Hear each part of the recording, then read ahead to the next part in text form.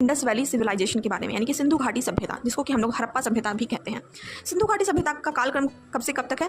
2500 BC यानी कि 2500 ईसा पूर्व से लेकर के 1750 ईसा पूर्व। यह विश्व की सबसे प्राचीनतम सभ्यताओं में से एक है। यह भारत की सबसे प्राचीन सभ्यता है। इंडस वैली सिविलाइजेशन यानी कि सिंधु घाटी की सभ्यता को भारत की सबसे प्राचीन सभ्यता कहा जाता है। यह सभ्यता सिंधु नदी के तट पर मिली थी, इसीलिए इसे सिंधु घाटी सभ्यता कहते हैं। और इसमें सबसे पहला खुदाई के बाद सबसे पहला जो स्थल हमें प्राप्त हुआ था वो हड़प्पा था, इसलिए इसे हड़प्पा सभ्यता भी कहते हैं। इस सभ्यता का विकास जो है कब से कब तक हुआ था? 2500 BC से 1750 BC तक।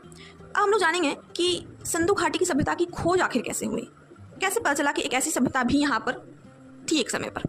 तो सबसे पहले 1826 में चार्ल्स मैसन नामक एक इतिहासकार ने यह बताया कि यहाँ पर एक सभ्यता दबी पड़ी और हमें इसकी खुदाई करनी चाहिए। लेकिन ब्रिटिश वैसा काम करते नहीं हैं जिससे उनको फ़ायदा हो नहीं, तो ये बात वैसे के वैसे ही रह गई। फिर कनिंघम ने एक बार 1853 में और फिर बहुत सालों के बाद 1873 में इस बारे में बताया, लेकिन फिर वही